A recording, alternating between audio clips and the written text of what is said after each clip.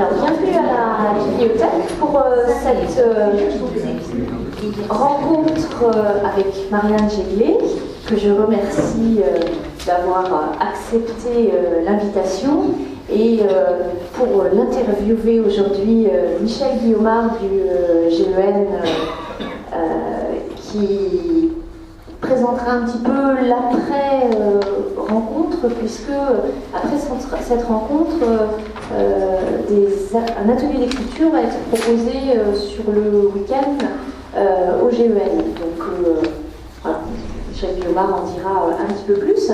Donc cette rencontre, elle s'ancre à la bibliothèque dans le cadre de nos rendez-vous Un auteur, un livre, où on aborde des sujets variés qui peuvent être aussi bien scientifiques. On a accueilli Axel Kahn il y a peu, et prochainement nous recevrons un pédiatre, Aldo Naouri, que des rencontres littéraires. Nous avons également une rencontre avec Meredith Ledez qui est programmée au mois de mai, si je ne me trompe pas, littéraire et un peu artistique aujourd'hui pour Marianne Jeglet. Donc, dans le cadre de ces rencontres, on découvre des univers variés, et je vais laisser la parole à Michel Guillaumard pour la présentation de Marianne Jeglet et la présentation un petit peu de sa vie, son œuvre, on va dire, qu'on va explorer et découvrir. Et je vais laisser sur la table quelques-uns des petits exemplaires au cas où vous voudriez en parler. Voilà, je vous salue. Merci. L'accueil de Marianne Jeglet, d'abord bonsoir. Bonsoir à tous. Merci d'être là. L'accueil de Marianne Jeglet, c'est une opération organisée conjointement par la bibliothèque André Malraux, la bibliothèque de Saint-Brieuc, et puis la maison Louis Guillou. C'est important de prononcer ce nom, et il est important, je trouve, d'associer ces deux institutions à Saint-Brieuc, l'une qui représente, on va dire, plutôt le versant de la lecture, de la littérature découverte par la lecture, et l'autre peut-être qui représente un peu plus le versant écriture. Alors, vous savez que dans le domaine de l'action culturelle, souvent les gens agissent les uns à côté des autres, quelquefois peut-être de manière un peu trop éparpillée, et là, moi je me félicite que nous ayons réussi à co-organiser cette opération, puisqu'elle nous bénéficie mutuellement. Je vois que dans la salle, il y a des amis de la maison Louis Guillou, donc, qui se rendent à l'opération Un auteur, un livre, et puis vraisemblablement, si demain on réussit à organiser le week-end d'ateliers d'écriture, eh bien c'est sans doute parce qu'on aura bénéficié aussi de l'appui de la bibliothèque. Voilà, donc j'espère que cette opération va porter ses fruits et qu'on aura l'occasion à nouveau de se présenter face à vous de manière jumelée. Voilà, et réussir ensemble une belle opération. Alors, Marianne Jeglet, bienvenue à Saint-Brieuc. Merci. Bienvenue donc à la bibliothèque et à la maison Louis Guillou en même temps, sachant qu'à la maison Louis Guillou, vous allez y habiter pendant 2 jours. Hein, vous pourrez nous dire éventuellement tout à l'heure si ça vous fait quelque chose d'être dans la maison de l'écrivain Louis Guillou. Vous êtes agrégé de lettres modernes, ça veut dire que sans doute vous avez enseigné un peu. Vous nous le direz tout à l'heure. Et ensuite, vous êtes initié à la pratique des ateliers d'écriture, notamment dans un lieu connu au niveau du mouvement des ateliers d'écriture, c'est dans les ateliers Elisabeth Bing. Et cette découverte, cet engagement donc, dans les ateliers Elisabeth Bing a été vraiment fructueuse pour vous, puisque au fur et à mesure, vous avez produit plusieurs livres, hein, dont certains qui sont ici, dont vous pourrez peut-être nous dire quelques mots tout à l'heure. Donc, L'histoire de Paris et des Parisiens, donc un aspect plutôt documentaire. Et puis, un livre que vous qualifiez vous-même de commande. Oui, c'est une commande, mais je suis fière d'avoir écrit ce livre. Voilà, une poupée qui dit non, donc avec une personne qu'on peut qualifier de réfugiée, en quelque sorte. Non. Non. Oui. Mais qui est réfugiée, enfin d'une certaine manière. J'ai écrit le témoignage d'une jeune femme bulgare qui avait été prise dans un réseau de prostitution. Oui. et qui avait fait condamner ses proxénètes en France. Donc voilà, c'était un livre de... Enfin, ce n'était pas une commande, celui-là, c'est moi qui l'avais proposé à un éditeur. Disons que je pense que c'était un livre qui était nécessaire. C'est pas un livre littéraire en aucun cas, mais c'est un document, me semble-t-il, voilà, qui a une valeur de témoignage. Alors vous avez consacré donc un livre à la pratique de l'écriture littéraire, un livre qui s'appelle « Écrire de la page blanche à la publication ». Vous le trouverez à la sortie de la salle. Et puis vous êtes également tourné vers l'écriture cinématographique, puisque vous avez participé à la réalisation de plusieurs films documentaires, dont un qui s'appelle « Tu veux écrire », qui est un livre qui évoque on va dire, le travail collectif dans les ateliers d'écriture, et notamment ceux d'Elisabeth Bing, où on vous voit animer un atelier d'écriture. Et puis également dans des travaux concernant notamment un siècle d'écrivains, une œuvre notamment sur Moravia, l'homme qui regarde. Voilà, vous avez aussi donc donné à différents moments des interviews et participé à des colloques sur les questions des ateliers d'écriture au niveau européen. Est-ce que j'ai oublié quelque chose déjà dans cette trame? Non, le dernier livre, c'est tout. Ah oui, bien sûr. Voilà. Donc Vincent qu'on assassine. Donc, Vincent, il s'agit de Vincent Van Gogh. On reviendra sur le titre lui-même et sa problématique. Mais auparavant, en fonction de ce que j'ai dit sur votre itinéraire, est-ce qu'on peut dire qu'au-delà de la pratique régulière, écrire, c'est pour vous un mode de vie? Bien sûr. Et comment dire, moi j'ai commencé par suivre des ateliers d'écriture parce qu'en réalité j'étais quelqu'un qui rêvait d'écrire et qui souffrait de ne pas réussir à le faire. Et donc je me suis inscrite à des ateliers. Et ça a été une expérience tellement importante pour moi que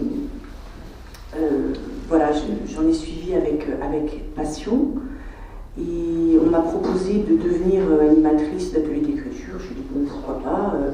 Je suis devenue animatrice et comment dire, c'est quelque chose qui a été déterminant dans mon parcours, puisqu'en réalité, je peux dire aujourd'hui que voilà, j'ai écrit le livre que j'avais toujours envie d'écrire, qui est ce roman Vincent qu'on assassine. Donc voilà, c'est à la fois un accomplissement pour moi et c'est aussi quelque chose qui fait que ma vie elle a du sens dans ce travail que je fais d'accompagner les autres dans l'écriture. Voilà. On s'est dit que peut-être tout le monde n'avait pas lu ce livre encore et que ce serait bien peut-être qu'avant qu'on en parle, que chacun ait une idée du texte. Et donc Marianne va vous proposer une lecture de 10-15 minutes où donc on va retrouver un certain nombre d'extraits du livre. Voilà, et donc on pourra parler en connaissance de cause ensuite. Merci Michel. Donc je vous lis tout d'abord le prologue. Voilà ce que depuis toujours, vous savez, ou croyez savoir à son sujet. Une promenade dans les blés le 25 juillet 1890. Un pistolet emprunté, on ne sait pas trop à qui, on ne sait pas trop pourquoi. Pour effrayer les corbeaux, dit-on, qui survolent les champs de blé par dizaines. Et puis voici l'homme. On le voit partir seul en début d'après-midi, son chevalet sous le bras. Dans son autre main, la mallette tachée dans laquelle il transporte ses couleurs et ses pinceaux. Sur sa tête, le chapeau de paille qui lui donne l'air d'un paysan abruti de fatigue et de chaleur. Oui, celui-là même que vous avez vu sur l'autoportrait au fond gris. Ce jour-là donc, en cet après-midi de juillet écrasé par un soleil implacable, il sort, comme chaque jour, et on le voit partir lentement, s'éloigner sur le chemin qui conduit de l'auberge Ravoux au champ derrière le cimetière, où il a l'habitude de peindre. Rien dans cet après-midi-là qui signalerait que quelque chose de différent va se produire. Non, les secondes s'écoulent paresseusement, en apparence identiques, et le temps qui semble interminable s'étire, dans ce village de l'Oise, où il ne se passe jamais rien, où pour toujours le vent souffle sur les blés, les corbeaux volent en croissant, les jours s'écoulent saison après saison, sans que nul événement jamais ne vienne troubler la paix imbécile, où les gens naissent, vivent, meurent, sans partir, sans même changer. Cet après-midi-là, comme tous les autres, se passe dans la torpeur du quotidien. Et puis le soir, comme vous le savez, il rentre chancelant, une main pressée sur la poitrine. Il n'a plus ses affaires. Si on le voit, on le considère d'un œil torve. Le voilà soûl, pense-t-on charitablement, en donnant un coup de coude à la commère pour lui faire admirer l'état dans lequel le toqué revient de son travail. Il monte en titubant l'escalier de l'auberge Ravoux et va s'effondrer dans son lit. Le temps passe, passe encore. Au dîner, contrairement à ses habitudes, il ne descend pas dans la salle commune de l'auberge. Quelqu'un le remarque et s'en étonne.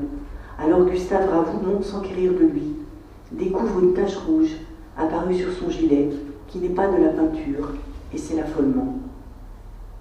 On mettra cela sur le compte de l'alcool, de la tristesse, du découragement, de la folie aussi, qui fait qu'on a dû l'enfermer quelques mois auparavant. On mettra cela sur le compte du désespoir et de la peinture, car dans le fond, s'il avait eu un travail véritable, rien de tout cela ne serait arrivé. On rapprochera cela des signes avant-coureurs, car il y en a eu, sa dispute avec un autre peintre, plus reconnu, l'oreille qu'il s'est coupée dans un moment de délire, sa défaillance à gagner sa vie comme un homme. Rien d'étonnant à ce qu'il ait voulu en finir, le pauvre, pensera-t-on. Et tout cela est fondé, bien évidemment. Pourtant, ce n'est pas ainsi que les choses se sont passées. On dira, et vous le croirez de bonne foi, qu'il n'a pas supporté le mariage de son frère Théo avec Johanna, et la naissance de leur enfant. On parlera beaucoup du fait qu'enfant, il se rendait tous les dimanches au cimetière en compagnie de ses parents, pour contempler une tombe sur laquelle était inscrit son nom à lui, Vincent Willem van Gogh, et que certes, il y a là de quoi avoir la cervelle dérangée. On dira qu'il avait acheté un pistolet parce que les corbeaux le dérangeaient dans son travail. On dira que ce geste désespéré était la conséquence directe du refus de Théo de venir passer des vacances à Auvers. On dira qu'il se sentait pour Théo un poids depuis si longtemps que cela l'a conduit à appuyer sur la détente. On dira qu'en tout cas, Gauguin, qui avait pris ses distances depuis 18 mois, ne peut pas être incriminé dans cette affaire. On dira que Théo avait eu une idée malheureuse, nommer son fils Vincent Willem, comme lui, et comme leur aîné, le premier-né de la famille, mort en bas âge. On s'étonnera que le docteur Gachet n'ait rien vu venir. On prétendra que le docteur Perron était un incapable, et qu'il n'aurait pas dû le laisser sortir de l'asile d'aliénés. On mettra en avant, bien évidemment, tout ce qu'il y avait d'irraisonné, d'incompréhensible dans son comportement, son mode de vie. On dira que le soleil de juillet lui avait tapé sur la tête, tout simplement. Mais enfin, après tout le reste, à quoi donc pouvait-on s'attendre sinon à cela? On dira que c'était prévisible depuis longtemps, et que seuls ceux à qui la lucidité fait défaut pouvaient en être surpris. On s'étonnera même que cela ne soit pas arrivé plus tôt. On reconstruira toute sa vie à partir de ce moment-là, dans les blés d'Auvers, comme s'il n'avait cessé des années durant de marcher vers cet après-midi de juillet, vers l'ondulation des blés dans le vent, le croissement des corbeaux dans le silence étouffant, vers le pistolet, sorti d'on ne sait où, et soudain cette détonation qui fait s'envoler et fuir les oiseaux alentour. On dira tout cela et bien d'autres choses encore. Pourtant, ce n'est pas ainsi que les choses se sont passées.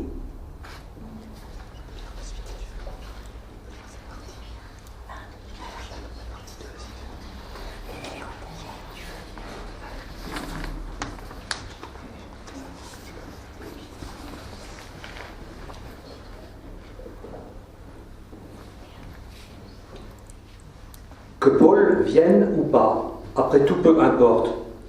Vincent ne veut plus ni attendre ni espérer.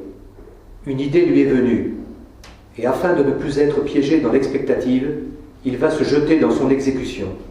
C'est une série. Il en fera une demi-douzaine de toiles au moins, jusqu'à posséder totalement le motif. Il aime ces fleurs du midi qui s'orientent vers le soleil, en adoratrices humbles et passionnées.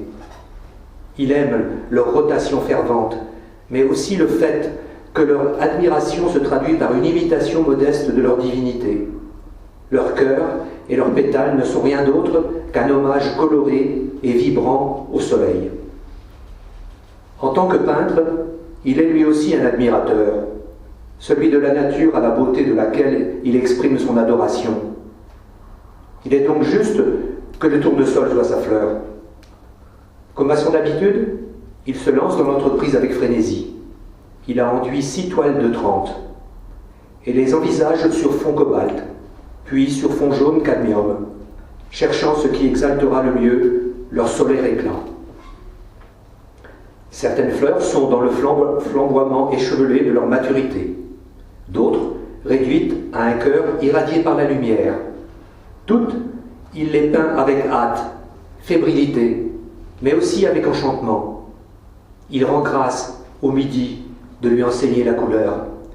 Il rend grâce au soleil qui illumine tout de son or immérité.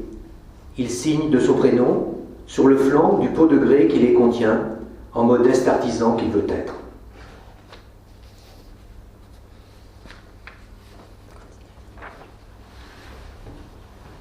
Quand le surlendemain 2 lettres arrivent, c'est la gratitude qui l'étreint. Paul écrit qu'il vient. Il pose une condition supplémentaire, certes. Il faut que Théo finance encore les frais de son voyage. Mais enfin, il arrive. Ce n'est plus une promesse en l'air. Ses bagages sont prêts, annonce-t-il. Il n'attend que l'argent pour partir. Dans la chambre qu'il a destinée à Gauguin, il accroche 2 de ses toiles de tournesol. Et c'est comme s'il accrochait du soleil au mur, comme s'il indiquait à Paul qu'il est pour lui. Si certains ne reconnaissent pas son talent, Vincent, lui, y croit, comme il croit au soleil. Ici, il y a des gens qui savent voir l'artiste qu'il est. Ici, il brillera d'un éclat nouveau et pourra conquérir le monde. Paul peut venir. Tout, y compris son premier admirateur, est prêt pour l'accueillir. Donc vous avez entendu un passage qui se situe dans la première partie du roman, à Arles, et je vais vous lire maintenant le dernier extrait, qui est un monologue d'Augustine Roulin. Et c'est un monologue qui fait suite à la crise au cours de laquelle Vincent Van Gogh est interné. Vous vous en souvenez sûrement, monsieur le commissaire. Dès la fin octobre, il a fait froid cet automne. Froid et venteux tout le temps. Monsieur Vincent ne pouvait donc pas aller peindre dehors. Le Mistral faisait tomber son chevalet, même lorsqu'il le calait avec des pierres. Ils sont donc restés à travailler à l'atelier une bonne partie du mois de novembre. C'est là que je suis venue poser. Non, bien sûr, je n'étais pas payée. Je l'ai fait par amitié. Je savais bien que monsieur Vincent n'avait pas le sou. Et monsieur Paul non plus d'ailleurs. Je suis venue avec ma Marceline, que je tenais sur mes genoux et que je plaçais quand elle était fatiguée dans sa panière d'osier, où elle dormait comme un ange. J'étais assise, dos au mur, et je les avais tous deux en face de moi. Monsieur Vincent travaillait à toute vitesse. En 2 heures, il achevait un tableau, et s'il restait de la lumière et de la toile enduite, il en recommençait un autre. Il était inquiétant à regarder lorsqu'il peignait, ça je dois bien le reconnaître, et je comprends que certains aient pris peur. Il marmonnait à voix haute des phrases que je ne comprenais pas et qui n'étaient adressées à personne. Il reculait d'un pas, considérait sa toile, puis se jetait dessus en étalant des couleurs en hâte, comme s'il avait peur de laisser filer l'envie qui lui était venue à l'instant et qu'il fallait se battre pour réussir à transformer son envie en couleur. Toutes ces gesticulations, ces murmures, ces gros soupirs, comme s'il était un travailleur de force, ça agaçait prodigieusement M. Gauguin, je me rendais bien compte. Et je dois dire que si je n'avais pas connu M. Vincent, j'aurais pu prendre peur en le voyant si agité. Mais c'est un homme qui prend sa peinture très à cœur, voilà tout. M. Gauguin, lui, travaillait posément, et il m'a fallu revenir 2 fois d'affilée pour qu'il achève sa toile. Pendant ce temps-là, M. Vincent en avait barbouillé 3 de plus, ce qui exaspérait M. Gauguin. Ça se comprenait bien qu'il n'en dise mot. C'est dans les yeux que ça se voit, ces choses-là. À la fin, je n'avais même plus envie d'y aller, quoique M. Vincent ait proposé de me payer, et même beaucoup insisté pour cela. Mais ce n'était pas une question d'argent. Bien sûr, j'ai mon ménage à tenir, et Marceline à m'occuper, pauvre chou. Mais enfin, notre temps ne vaut pas si cher que cela, et rien de mes occupations ne pouvait souffrir d'attendre un peu.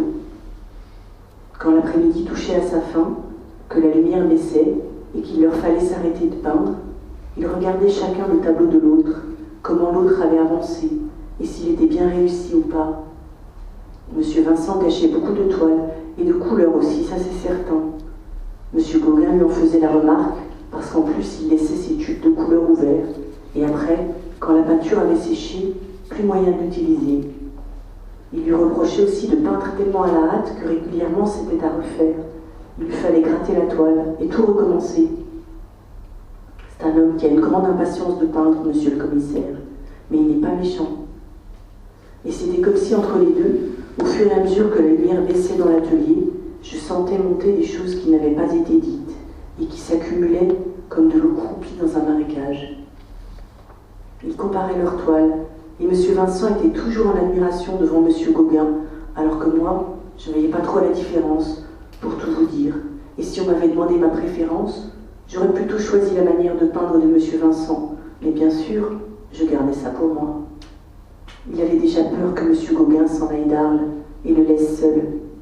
Mais entre eux, je sentais le poids de ces choses qu'ils pensaient sans se les dire, et c'était comme les ombres qui s'allongeaient dans la pièce et la remplissaient peu à peu. Moi, au milieu, avec ma Marceline dans son panier, qu'est-ce que j'aurais bien pu y faire? On se dit toujours qu'on aurait dû se douter, que si on avait su prévoir, on aurait fait autrement, et que tout aurait été mieux. Mais moi, à dire vrai, c'est M. Gauguin qui me faisait peur. Et je pensais alors que M. Vincent serait mieux sans lui, sans cet homme qui enrageait sans rien dire, à le voir si affamé de peinture, si heureux de travailler aussi, et qui le regardait de travers, en silence, avec ses yeux immobiles de fauve. C'est pour cela que je n'ai pas été si surprise quand j'ai appris ce qui s'est passé par la suite, qui l'a conduit à l'Hôtel-Dieu. Pas trop étonnée non plus du fait que les gens du quartier soient pris en dupe. C'est pas un mauvais gars, monsieur le commissaire. Et si vous me demandez mon avis, je vous dirais que non. Il n'y a rien à redouter de cet homme-là.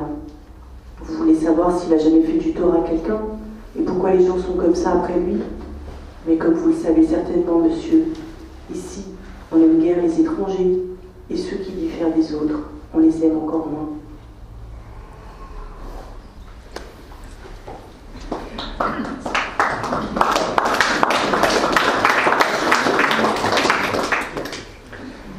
Alors,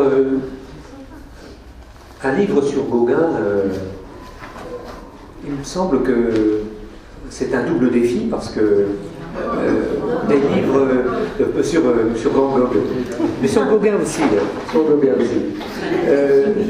Oui, c'est un double défi dans la mesure où de nombreuses biographies ont été écrites sur cet artiste.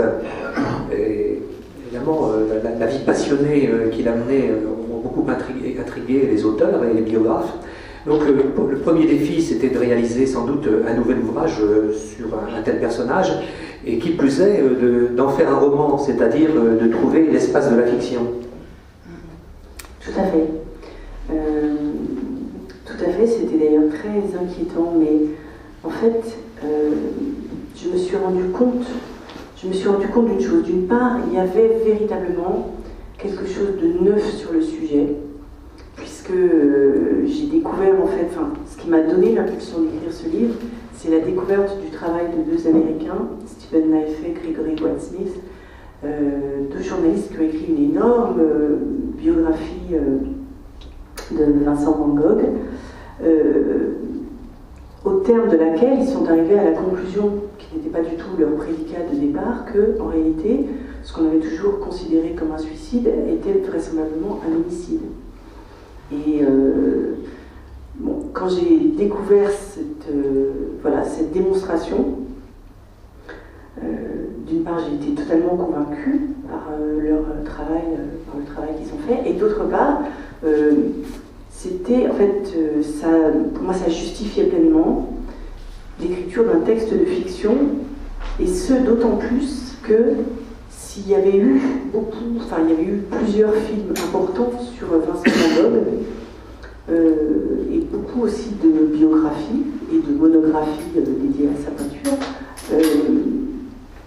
en réalité il y avait eu peu de romans sur sa vie, sur sa personne, parce que je pense les lettres qu'il a écrites, qui sont très belles, qui sont très connues, avaient un peu occupé tout l'espace. C'était comme si, comme il avait tellement bien parlé lui-même, sur lui, sur son travail, c'était comme si ça avait rendu très difficile de s'emparer de son parcours pour en faire un travail de fiction.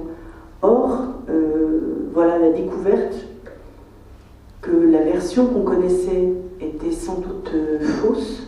Voilà, pour moi, c'était une très grande impulsion pour m'emparer de cette figure et en faire l'objet d'une fiction. Mais bizarrement, mon objectif en tant qu'auteur de fiction, c'était de rétablir une vérité. Voilà. Et ça reconstruisait finalement tous les récits antérieurs. Hein. Oui, c'est-à-dire que par rapport au travail, les Américains, me semble-t-il, avaient fait la démonstration de l'erreur qui consistait à penser que sa vie s'était terminée par un suicide. Donc, d'une certaine manière, cette démonstration-là, elle était faite, mais il me semble que tout restait à écrire, c'est-à-dire que moi, je me suis attachée à faire comprendre la réalité intérieure de cet homme-là et de ce qu'il avait vécu pendant les 2 dernières années. Voilà. Et aussi, me semble-t-il, il y avait une question qui était très importante. Donc, s'il s'agissait non pas d'un suicide comme on l'a pensé, mais d'un homicide, comment se faisait-il, la question de qui avait tué, pour moi, elle n'était pas extrêmement intéressante, mais comment cette légende du suicide avait-elle pu perdurer pendant 120 ans. Voilà. Donc là, pour moi, il y avait une énigme, et c'est dans cette énigme-là que je voulais reconstruire cette personnalité tellement mystérieuse de Vincent Van Gogh, parce que l'énigme, elle est sur qui est cet homme-là. Voilà.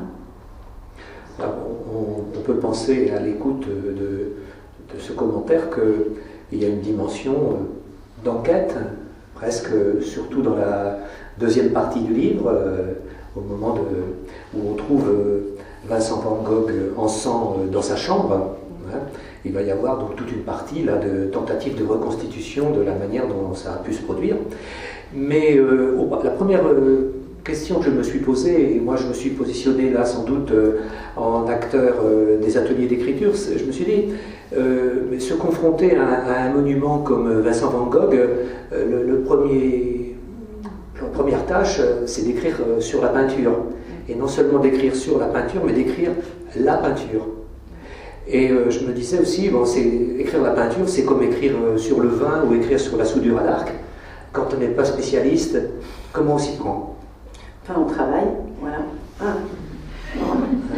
Alors, c'est vrai, c'est une vraie question, mais il me semble que le travail de l'écrivain, la langue même le montre, ça consiste avant tout, me semble-t-il, à se légitimer par soi-même. Ce que je veux dire par là, c'est devenir auteur, littéralement, c'est s'autoriser à écrire. Donc, moi, je ne suis pas historienne de l'art, je ne fais pas de peinture, je ne suis pas psychanalyste, voilà, mais évidemment, j'ai travaillé dans le sens où j'ai lu un certain nombre de livres, un nombre même certain de livres copieux, je dirais, sur la peinture, l'histoire de l'art, etc. Mais surtout, ce que je peux dire aussi, ce qui, à mes propres yeux, me rendait légitime pour écrire ce travail-là, ce livre, c'est que c'est justement cette expérience de l'animation d'atelier d'écriture et cette connaissance du processus créatif qui faisait que je pouvais me sentir à la fois proche de Vincent Van Gogh et avoir vraiment un sentiment de... toute mon expérience d'animation d'atelier d'écriture, je pouvais la mettre au service de ce projet, dans la mesure où lui, il est dans un constant questionnement sur qu'est-ce que c'est que l'art, qu'est-ce que c'est que créer, comment faut-il s'y prendre, comment se confronter à la sensation de l'échec, parce que, voilà, comme vous le savez, dans ses lettres, il passe son temps à dire moi je suis un raté, je l'admets, c'est comme ça, je ne gagnerai jamais rien, je prépare le travail pour l'avenir, pour ceux qui viendront après moi, je fais de mon mieux modestement. Si seulement je pouvais rembourser mon frère de ce qui m'a avancé, voilà. Donc si vous voulez, moi d'une certaine manière, je reconnaissais dans sa difficulté en tant qu'artiste des choses auxquelles je me confronte au quotidien toute l'année, à la fois personnellement, c'est-à-dire le sentiment d'échec, toute personne qui crée s'y confronte, et puis dans les ateliers d'écriture que j'anime, c'est aussi, je vois bien que tous les gens qui créent s'interrogent sur est-ce qu'ils ont le droit d'écrire ça? Est-ce qu'ils ont le droit d'écrire un livre sur Vincent Van Gogh? Oui, non. Est-ce qu'ils ont le droit d'écrire la vie de leur mère? Oui, non. Est-ce qu'ils ont le droit d'écrire ce livre de fiction alors qu'ils étaient tellement mauvais à l'école en français? Voilà. On a tous affaire avec le sentiment d'illégitimité. Et voilà, donc je me reconnaissais dans ce questionnement-là, et ce faisant, paradoxalement, je me suis sentie légitime à écrire ce livre, ou peut-être que je ne me suis pas sentie légitime, mais je l'ai fait quand même, voilà, parce que je le voulais. Ouais. Donc, il y a un petit passage où on perçoit bien que c'est une double parole, que c'est la parole du narrateur et la parole de Van Gogh en même temps. Hein. Quelques lignes. Tant pis, il grattera la toile et réessayera demain.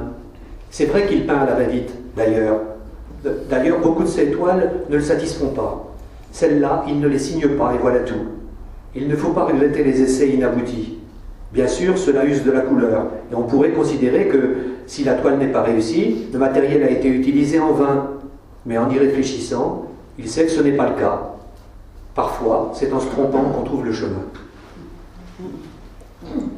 Donc ça, c'est aussi ça parle aussi d'écriture.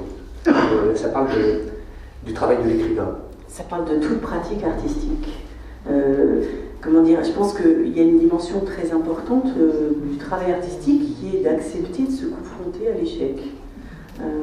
Voilà, et c'est ça aussi qui fragilise tellement les artistes, peut-être aussi, c'est cette confrontation-là.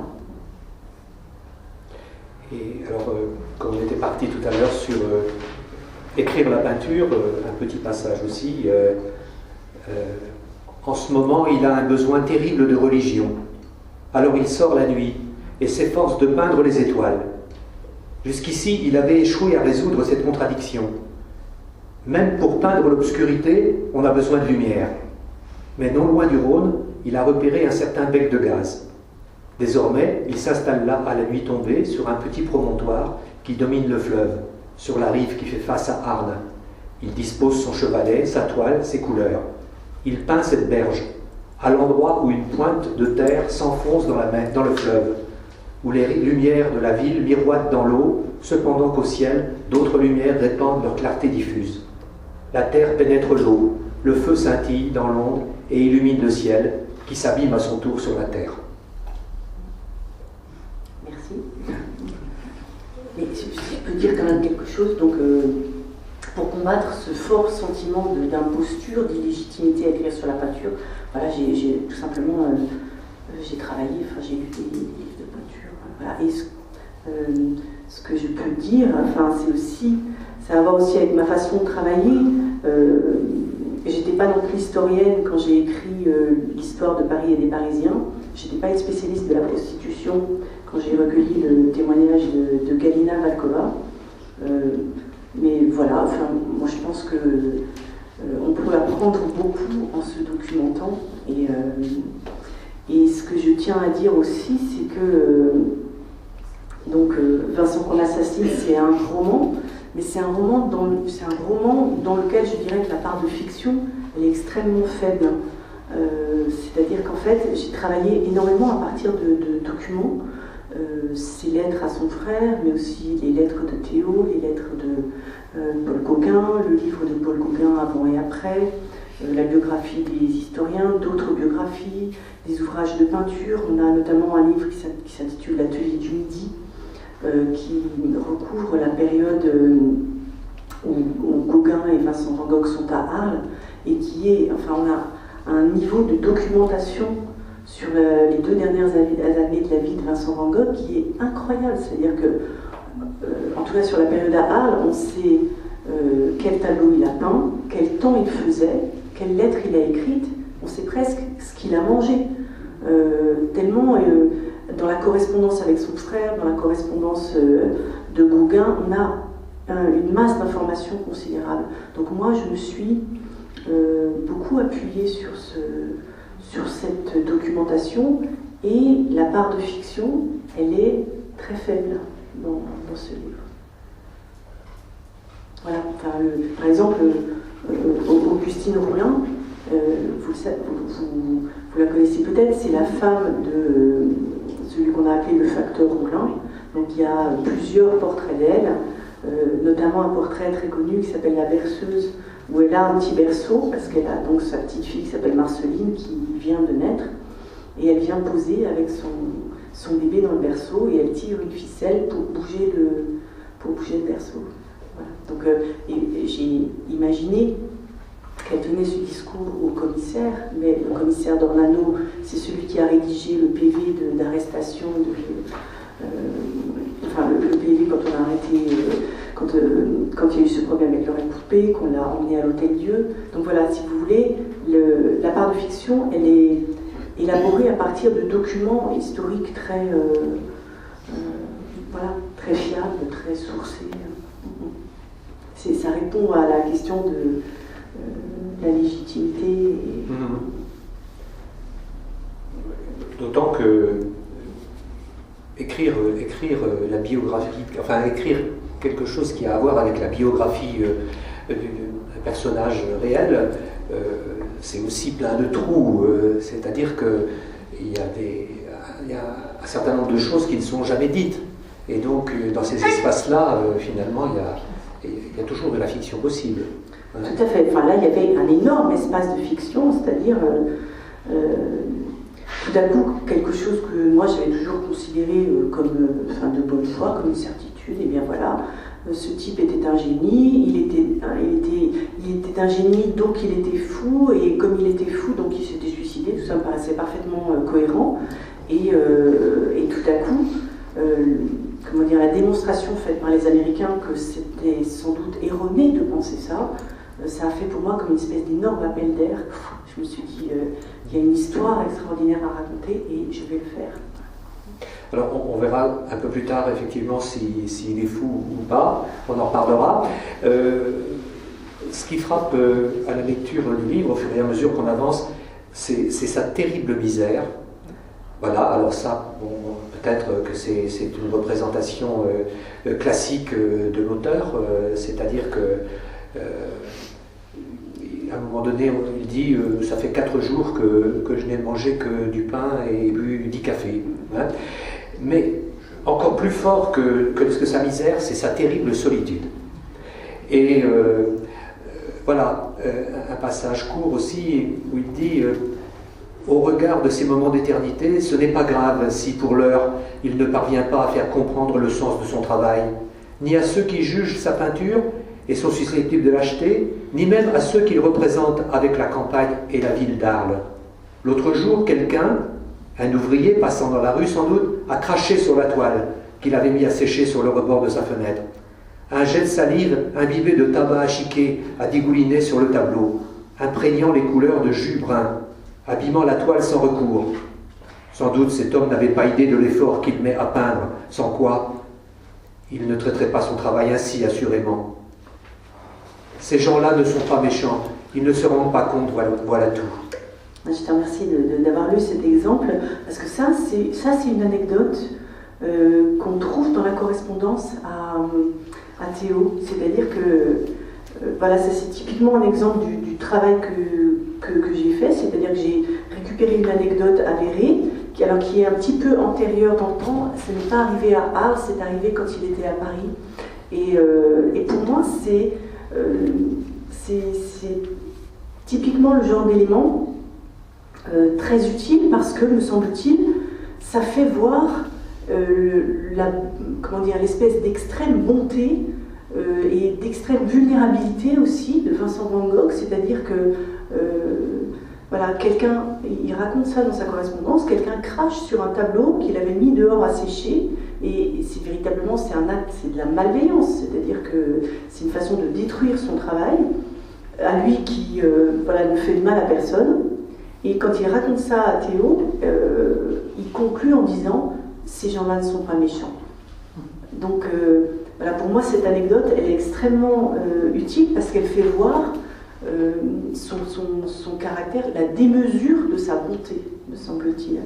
Et mon travail d'auteur, ça a été de trouver quelques anecdotes comme ça, extrêmement significatives, parce qu'elles le font voir, et elles nous restituent, me semble-t-il, sa dimension d'être humain semblable à nous, semblable et différent, mais on sort d'une espèce de mythologie du génie fou pour entrer dans la connaissance d'un être humain très singulier. Et il y a une autre anecdote comme ça que j'aime, qui me semble particulièrement révélatrice, et celle-là je l'ai trouvée dans le texte de Gauguin qui s'intitule Avant et après, qui est un livre autobiographique. Et il raconte une anecdote alors qui se passe à Paris avant le départ pour Arles. Un soir, Vincent Van Gogh n'a plus d'argent pour s'acheter ni de quoi se chauffer, ni de quoi manger, ni rien. Donc il prend une petite toile qui représente des crevettes, une petite étude, et il se dit « je vais aller la vendre à un brocanteur ». Et Paul Gauguin explique qu'il trouve ça déjà stupide. Paul Gauguin, qui est un businessman, qui a le souci de la rentabilité, il se dit « cette toile, à un brocanteur comme ça, un dimanche soir à la sauvette, on n'en tirera pas 5 francs, alors que, bien vendu, bien négocié, on pourrait en avoir 50. » Donc déjà, il trouve que c'est une mauvaise affaire. Peu importe, Vincent Van Gogh, il sort avec sa petite toile de crevettes sous le bras, il trouve un brocanteur, il en obtient 5 francs, et il rentre, et sur le chemin, il voit une femme qui se prostitue, qui lui fait de la peine, et il lui donne la pièce de 5 francs, sans consommer, si je peux dire, et il rentre chez lui, il a tout perdu, il n'a plus son tableau, il n'a pas ses 5 francs, il n'a plus rien. Voilà. Et Paul Gauguin raconte cette anecdote en disant « c'est pas possible d'être aussi bête, c'est pas possible d'être aussi impulsif, d'avoir aussi peu le sens du commerce et des réalités. » Voilà. Et d'une certaine manière, pour moi, cette anecdote, elle était extrêmement éclairante parce qu'elle faisait voir à la fois le côté très impulsif et là aussi une espèce de générosité complètement impulsive, inconsidérée de Vincent Van Gogh, et puis quelque chose de très dur de Paul Gauguin, qui n'est pas du tout sensible à la charité de Vincent Van Gogh, et qui trouve simplement que ce type est infernal. Voilà, qui a un regard très, très critique et très dur sur ce trait de caractère de Vincent Van Gogh. Voilà. Donc moi je me suis efforcée, au moyen de quelques anecdotes avérées, de faire sentir une dimension très humaine de Vincent Van Gogh, à laquelle on n'a pas accès, me semble-t-il, d'habitude. Alors vous dites figure humaine, mais je ne sais pas si les auditeurs ont le même sentiment que moi, mais dans la manière dont vous racontez ces moments, et ça se retrouve dans le livre, je dirais que plus que figure humaine, on dirait une figure christique. Oui, bien sûr, bien sûr. Oui, il avait voulu être pasteur avant. Voilà, c'était comme son père. Et voilà, et d'ailleurs, quand il avait essayé d'être pasteur, il s'est passé exactement la même chose qu'à Arles, c'est-à-dire qu'au bout d'un moment, les gens n'avaient plus pu le supporter, et on lui avait dit, ça suffit, la hiérarchie ecclésiale avait dit, non mais c'est pas possible, ce type qui est fringué encore plus mal que les mineurs, qui mange encore plus mal que les mineurs, qui vit dans une misère encore pire que les mineurs, on n'en veut pas, ça fait du tort à l'Église, c'est pas du tout ça qu'on attend d'un pasteur, donc non merci, reprenez-le. Donc là encore, c'est son espèce d'engagement extrême, et pas du tout... pas du tout mesurée, voilà, a conduit à une forme d'exclusion. Mais c'est vrai que c'est une figure de Christ, et le fait que, en réalité, moi c'est de cette façon-là que j'ai éclairé le mystère, l'énigme de la fin. C'est-à-dire, s'il avait été tué, comment la légende du suicide a-t-elle pu perdurer pendant 120 ans? C'est parce qu'il n'a pas dénoncé, il n'a pas voulu dénoncer la personne qui lui avait tiré dessus. Voilà. C'était pour moi la seule explication probable, et c'est encore une fois quelque chose de, comment dire, un acte profondément christique. C'est ne pas nuire à celui qui l'a condamné à mort. Alors, je parlais de solitude tout à l'heure, de grande solitude.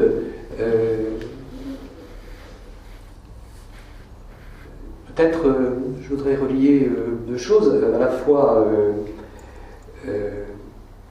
son isolement de personne, mais aussi son isolement d'artiste. La question, puisque il est considéré comme un fou, la question se pose même dans le livre, est-ce qu'il est dérangé mentalement? Enfin, il a des comportements de quelqu'un qui est, à un moment donné, ne contrôle plus ses actes, il est enfermé dans un hôpital psychiatrique, et donc la question c'est de savoir qu'est-ce qui le conduit finalement à ça, et je me demandais si finalement dans la création c'est pas le fait d'être seul à créer, enfin de créer seul qui rend fou. C'est-à-dire que, est-ce que pour créer, contrairement à la représentation commune qu'on a, la création, ça ne peut exister qu'au sein d'un collectif. Au sein d'un collectif qui sont les fameuses écoles artistiques qu'on voit au fil des siècles, où on voit des écrivains, des musiciens, des peintres travailler ensemble. Et on a l'impression comme ça que c'est seulement une question de fraternité. Mais est-ce que c'est pas la nécessité pour exister artistiquement que d'être avec d'autres artistes? Et lui, justement, c'est pas son cas. Il est dans un total isolement artistique. La question du diagnostic posé sur Vincent Van Gogh, elle est toujours débattue à mon sens. Et parmi les nombreuses choses que je ne suis pas psy, je ne peux pas fournir un diagnostic. Maintenant, ce qu'il faut savoir, c'est que dans la famille Van Gogh, il y a, comme vous le savez, il y a des troubles nerveux. Hein. Il y a plusieurs personnes qui ont déjà été, qui ont déjà dû être internées, donc il y a certainement une fragilité nerveuse familiale. Maintenant, ce qu'il faut quand même remarquer, c'est que dans les 3 dernières années de sa vie, Vincent Van Gogh, il voit 3 médecins. Il voit le premier dont le nom m'échappe, celui de l'Hôtel-Dieu, ça va me revenir. Il voit le docteur Perron à Saint-Rémy, il voit le docteur Gachet à Auvers, et les 3 médecins sont unanimes sur une chose, c'est cet homme-là n'est pas fou. Voilà. Alors, il constate bien qu'il a des crises nerveuses. Voilà, maintenant, il remarque qu'ils sont absolument d'accord là-dessus. Donc, voilà, aujourd'hui, les psys parlent de maniaco-dépression, de bipolarité, voilà. Maintenant, très concrètement, je pense que dans l'isolement où il est, dans les conditions de misère où il est, avec les coups durs qu'il traverse, je pense que beaucoup de gens, y compris parmi nous qui sommes là ce soir, on aurait peut-être craqué aussi. Voilà. Oui. Et pour ce qui concerne la solitude de la création, il aspire beaucoup à créer avec d'autres. Et c'est vrai que ça fait partie des épreuves qu'il traverse, d'être notamment lâché par Paul Gauguin. Oui. C'est parce que justement, à contrario de ça, il y a sa grande joie quand il reçoit une petite caisse qui lui vient de Pont-Aven. Hein, et antérieurement à ça, il avait passé une sorte de contrat d'échange avec Gauguin et avec Émile Bernard, qui travaillait avec Gauguin. Et voilà ce qu'il se disait, Van Gogh. Par moments, il se sent non seulement isolé, mais même exclu. Eux sont ensemble, se soutiennent, s'encouragent. Et lui reste seul, totalement seul, à attendre un camarade qui ne vient pas. Découragé par l'attente, persuadé qu'en dépit de ses protestations, Paul ne le rejoindra pas, il leur a envoyé à lui et à Bernard un autoportrait en double exemplaire. Il s'est peint avec le crâne rasé, les yeux bridés. Sous le sourcil roux, l'œil perçant qui contemple fixement le spectateur comme pour le percer à jour. La couleur cendrée résulte du mélange de la mine orangée sur fond véronèse pâle. Le tout s'unit à un vêtement brun-rouge. Un halo semble se dégager de son crâne rasé comme celui d'un moine. Il leur a demandé en retour de se peindre mutuellement et de lui envoyer le portrait de Bernard fait par Gauguin et celui de Gauguin fait par Bernard. C'est une idée qu'il a eue pour se sentir moins seul et pour participer un peu à leur travail, même s'il se rend bien compte que sa peinture à lui est encore très inférieure. Mais il a une soif d'échange, un tel désir de savoir ce qu'ils font, de prendre part à leurs recherches. Voilà, cette solidarité-là nécessaire me paraît vitale et en même temps lui manquer cruellement, puisque ensuite Paul Gauguin va le rejoindre, mais la relation entre les deux, ces deux monuments de la peinture, va être éminemment cruelle pour Van Gogh. Oui, et ça, c'est pas non plus quelque chose que j'ai inventé. Je me suis fondée sur les documents, mais il faut quand même remarquer que c'est quand même extrêmement troublant la façon. Enfin, il a une relation qui est extrêmement fusionnelle, tantôt avec son frère, tantôt ça se fixe sur quelqu'un d'autre comme Paul Gauguin. Voilà, il a quand même un fonctionnement qui est un peu encore extrême et peut-être un peu pathologique. Ça a à voir avec son besoin terrible de fusion, et ça a à voir aussi avec sa difficulté à nouer des relations amoureuses. Moi, je fais un lien. Alors, justement, tout à l'heure, ma langue a fourché quand je disais que c'était un livre sur Gauguin, mais ce qui est dit dans ce livre de Gauguin nécessitait aussi de faire connaissance avec cet artiste quant au projet d'écriture. Et on découvre deux natures totalement différentes et aussi deux partis pris artistiques opposés. Et ce qui étonne, c'est que le point de vue de Van Gogh sur la peinture, c'est un point de vue qui est associé à l'imitation de la nature. Alors que depuis, je pense que nous qui regardons les tableaux de Van Gogh, on ne les considère pas comme imitatifs. Mais pour Gauguin, dans le débat que Gauguin et Van Gogh ont entre eux, il apparaît en fait que Van Gogh finalement semblerait trop collé à la nature, et que finalement la qualité d'un peintre à cette époque-là, ce serait de se dégager de la nature et de peindre l'idée avec une majuscule, comme dit Gauguin. Oui, tout à fait.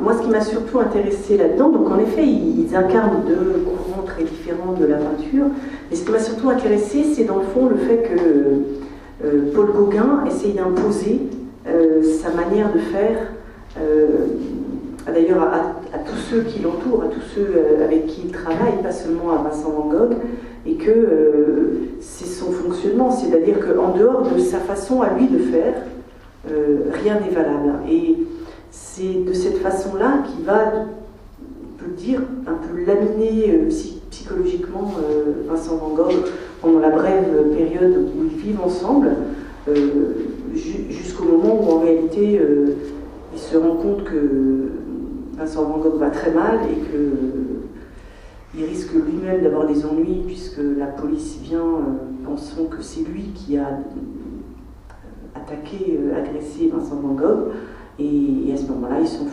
s'enfuit en abandonnant absolument Vincent Van Gogh tout seul, blessé, dans une crise, sans aucun argent, et il prend ses affaires, il ne prend même pas ses affaires, il laisse une grande partie de ses affaires, et il s'en va, et il les plante là, lui et son frère. Voilà. Donc, comment dire, ça c'est des faits, c'est pas...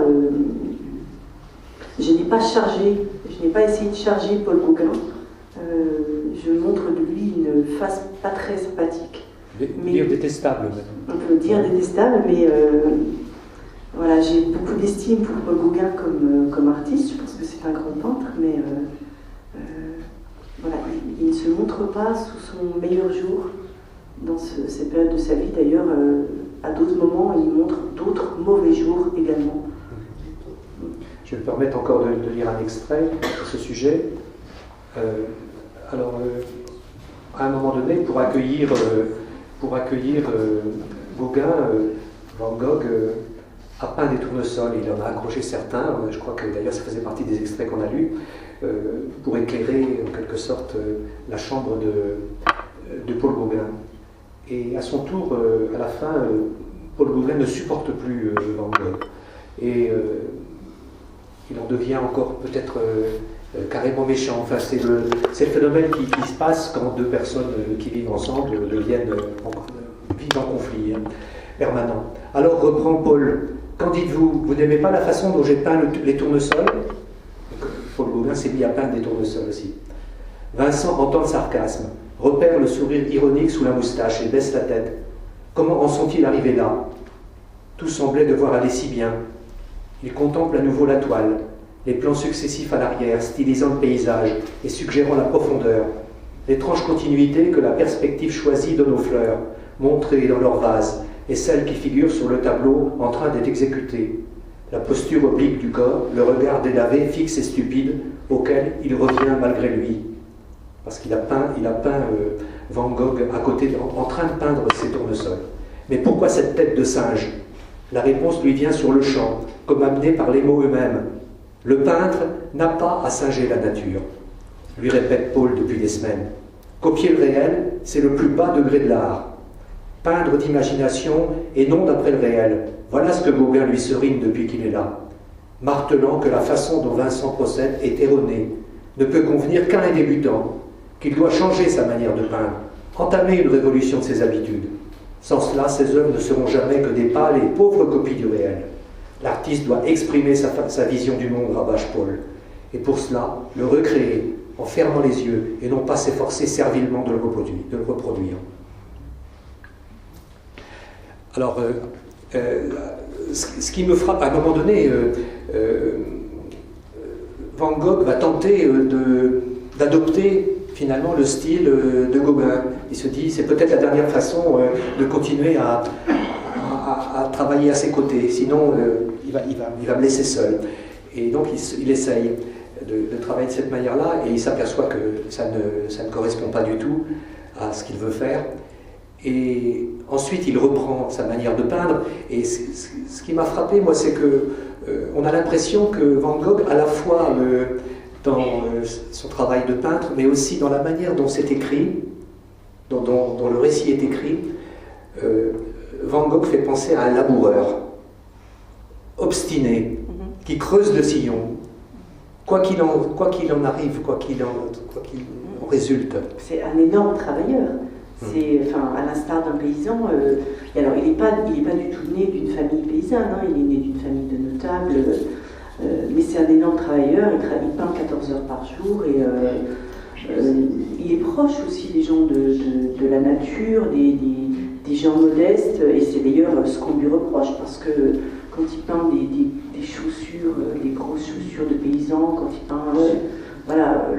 son frère lui dit, mais je ne pourrais jamais vendre ça, parce que les gens pauvres n'achètent pas de représentation de la misère, et les bourgeois ne veulent pas une paire de chaussures comme ça dans leur salon. Donc il est situé sur un créneau, là encore, si on l'analyse en termes de business, il est mal positionné. Mais il n'a rien d'un paysan, sinon cette compréhension aussi peut-être du cycle qu'il faut semer, laisser pousser, cette notion de patience aussi dans le travail, ça peut évoquer le monde paysan. Et le fait donc que l'écriture se situe dans cette même opiniâtreté que l'opiniâtreté de Van Gogh, est-ce que c'était pour vous une manière de l'accompagner en quelque sorte, de le soutenir?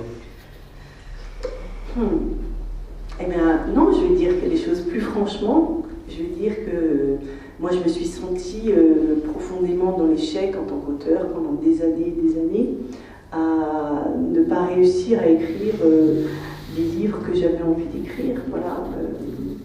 De ce point de vue-là, je je peux me comparer à lui.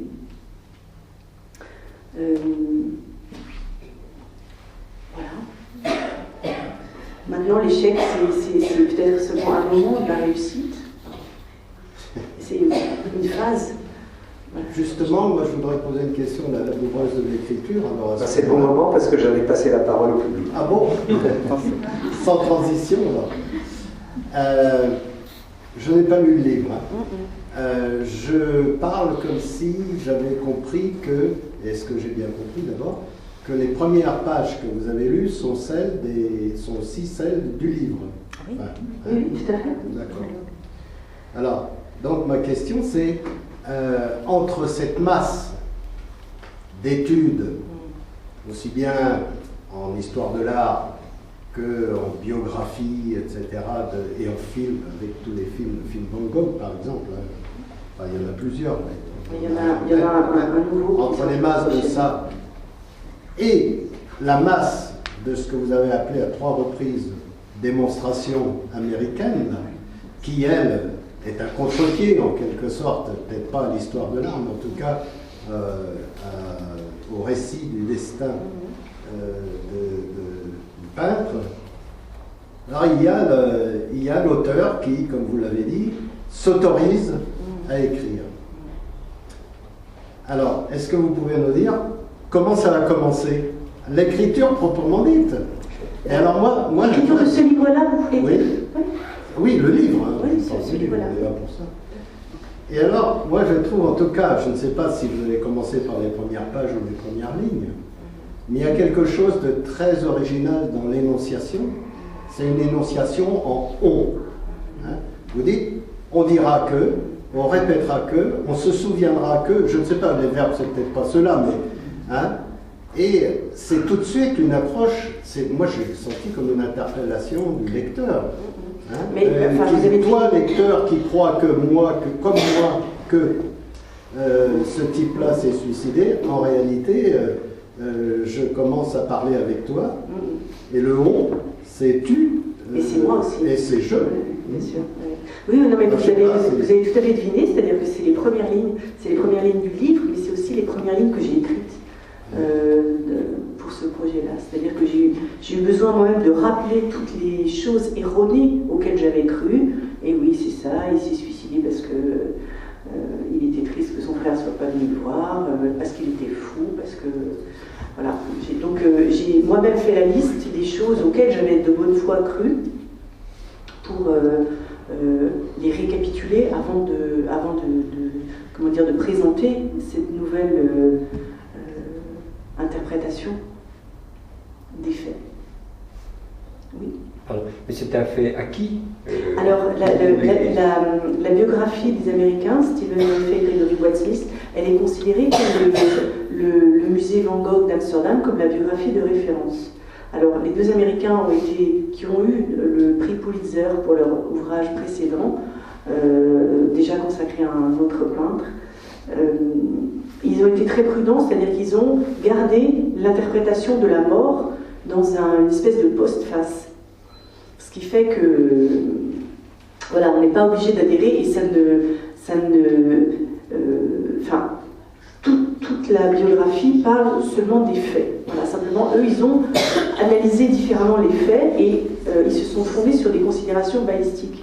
C'est-à-dire qu'en fait, on sait très bien que Vincent Van Gogh, il a eu une blessure par balle du côté gauche, sous les côtes. Alors, il est droitier.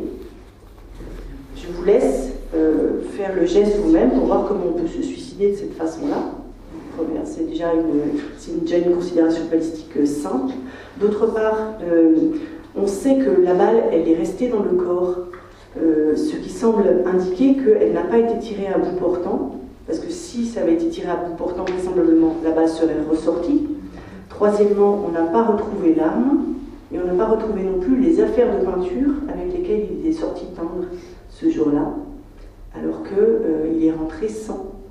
Donc, voilà, si vous voulez, il y a un certain nombre d'éléments, et je ne parle pas des éléments psychologiques, comme le fait que 2 jours ou 3 jours avant, il avait commandé des nouveaux matériaux de peinture à son frère, en sachant qu'il ne voulait pas lui faire dépenser d'argent pour rien.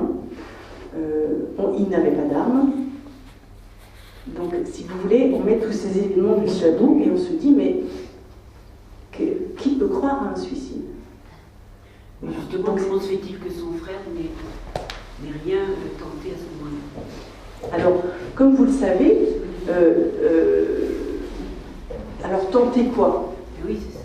Enfin, tenter quoi? La première chose à tenter, ça aurait été de le soigner. Déjà, même ça n'a pas été fait. Enfin, on n'a même pas tenté d'opération. Je pense que le premier souci de Théo, c'était avant tout d'essayer de le maintenir en vie. Ça n'a même pas marché. Et comme vous le savez, Théo, il bascule lui-même dans la folie, pour le coup, enfin, dans la démence, très peu de temps après. Enfin, il est tellement affecté par ça que ça provoque sa mort d'une certaine façon. Donc Théo n'est absolument pas en état. Oui, mais plusieurs jours après, mais sur le moment, c'est bizarre parce que enfin, quand on a vu il écrit tout, c'était quelqu'un de très posé, très. Oui, mais Théo n'est pas là, hein. Théo n'habite pas chez lui. Je sais bien, mais il l'a su très vite quand même. Mais le problème, enfin si vous voulez, pour moi la clé d'énigme, elle réside dans le fait qu'à aucun moment, Vincent Van Gogh n'a dit on m'a tiré dessus. Oui, oui. C'est-à-dire que quand les gendarmes viennent l'interroger, parce qu'il y a quand même des gendarmes qui viennent, il dit, on lui demande mais est-ce que c'est vous qui vous êtes tiré dessus? Il dit je le crois, et il ajoute n'accusez personne, ce que j'ai fait, je l'ai fait pour le bien de tous. Donc il dit des paroles extrêmement ambiguës, hein, qui donnent à penser qu'en réalité il couvre quelqu'un. Pour le coup, c'est la partie la plus fictionnelle du livre, ça, puisque là, vous allez travailler vraiment dans la tête de Van Gogh. Hein. Oui, mais à partir de faits, c'est-à-dire qu'il oui, y a eu des témoignages de Ravoux, du docteur Gachet, donc on a comme ça des infos. Mais les infos, elles donnent à penser qu'il a protégé quelqu'un. Donc Théo n'avait pas de raison, si vous voulez. Théo était lui-même accablé de culpabilité, et il n'avait sans doute pas de raison de mettre en cause cela. Alors, il y a trois figures magistrales dans ce livre. Il y a Vincent Van Gogh, il y a Paul Gauguin, mais il y a aussi un autre dont on n'a pas du tout parlé. Et alors à ce moment-là, ça fait partie du plaisir de découvrir ce livre, c'est Théo Van Gogh. Théo Van Gogh est un personnage extraordinaire dans ce livre, qui est d'une générosité absolue, et qui, alors vraiment, si on peut dire que Vincent Van Gogh était dans la solitude, si on peut dire que s'il a échappé à la détresse totale, c'est bien parce que son frère était là.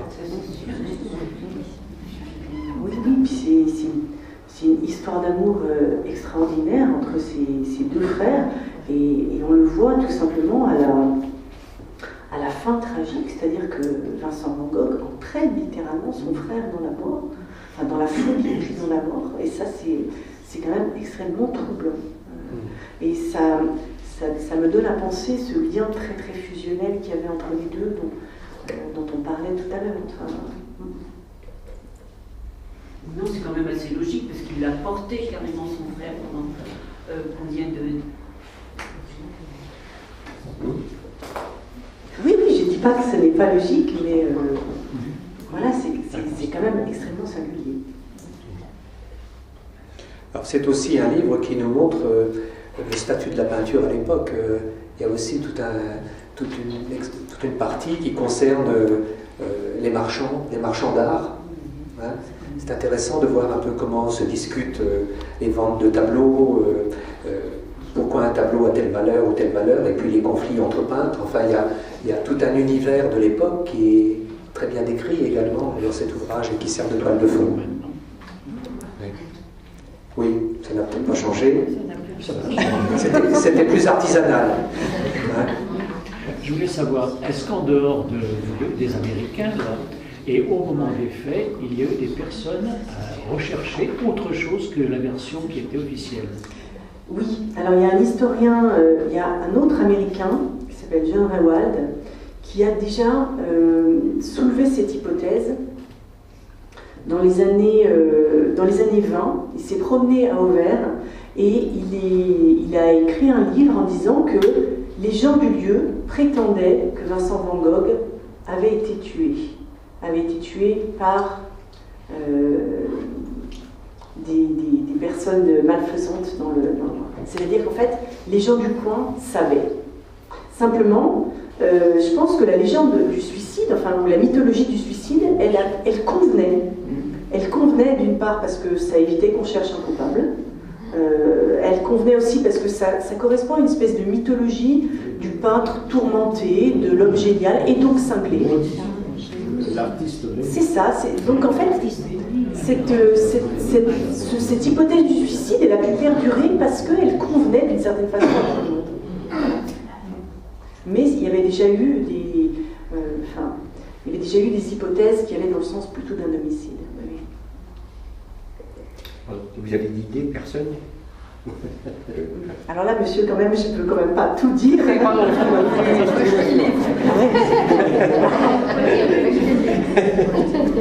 Alors bon, il y a un petit peu de suspense, j'essaie de C'est ça.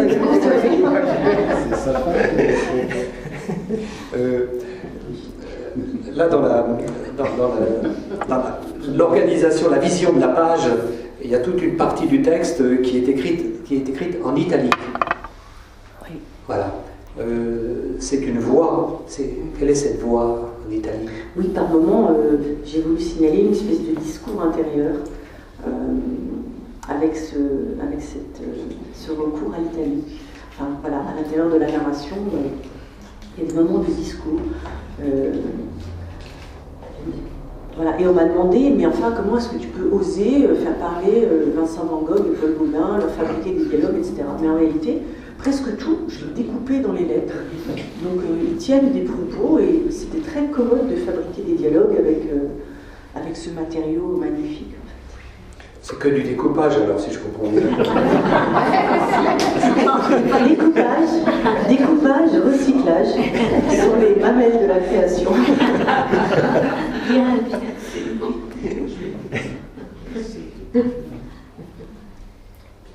ce n'est pas faux, tout à fait.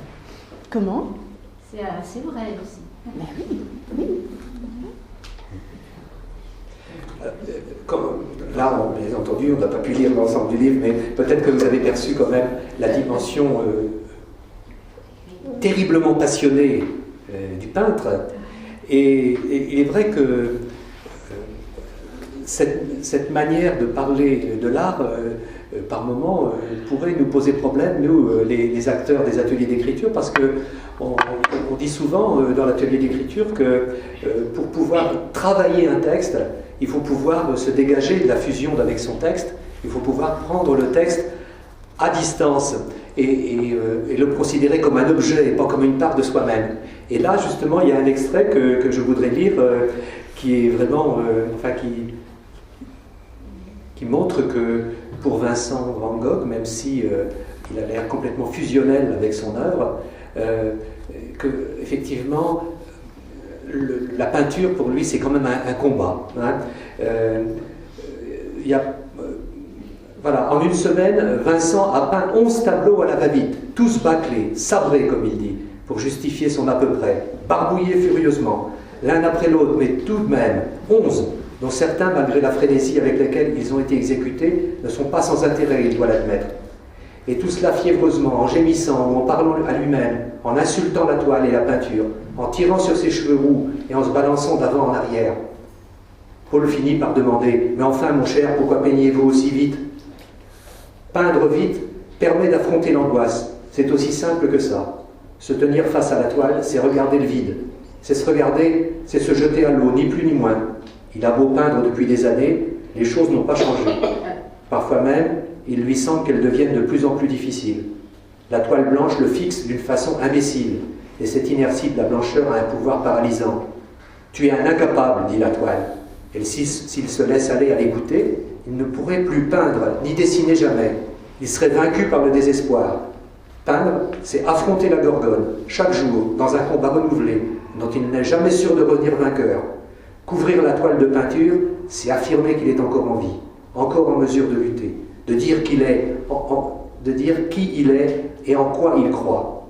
Dessiner, faire crier les couleurs, c'est faire taire ce ricanement obsédant, cette accusation qu'il entend pour sa part chaque jour depuis qu'il est né. Tu es un incapable.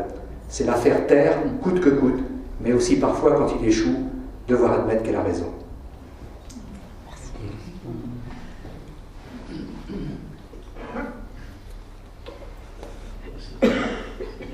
Vous dites que vous avez commencé à pratiquer les ateliers d'écriture puisque vous n'arriviez pas à accoucher d'un livre. J'en étais bien loin, non, j'arrivais même pas à écrire une petite page. Et c'est ce livre-là qui est votre enfant. Alors, c'est pas mon premier enfant. C'est pas mon premier enfant, j'en ai beaucoup. Il a une place particulière. Oui, tout à fait. Tout à fait. Il était déjà là à l'époque? Non, pas du tout. Pas du tout. Pas du tout. J'avais aucune idée du fait que j'écrirais un jour un livre sur Vincent Van Gogh. Aucune. J'aurais jamais pu imaginer ça. Voilà. Mais après coup, je peux dire que dans le fond, j'avais cherché ce sujet-là pendant très très longtemps. Voilà, je ne saurais pas l'expliquer très clairement. Il correspondait à l'idéal du livre que je voulais écrire.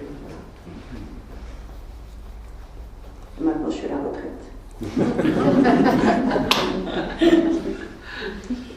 Temps d'écrire maintenant. Alors peut-être qu'on peut s'arrêter là. Merci.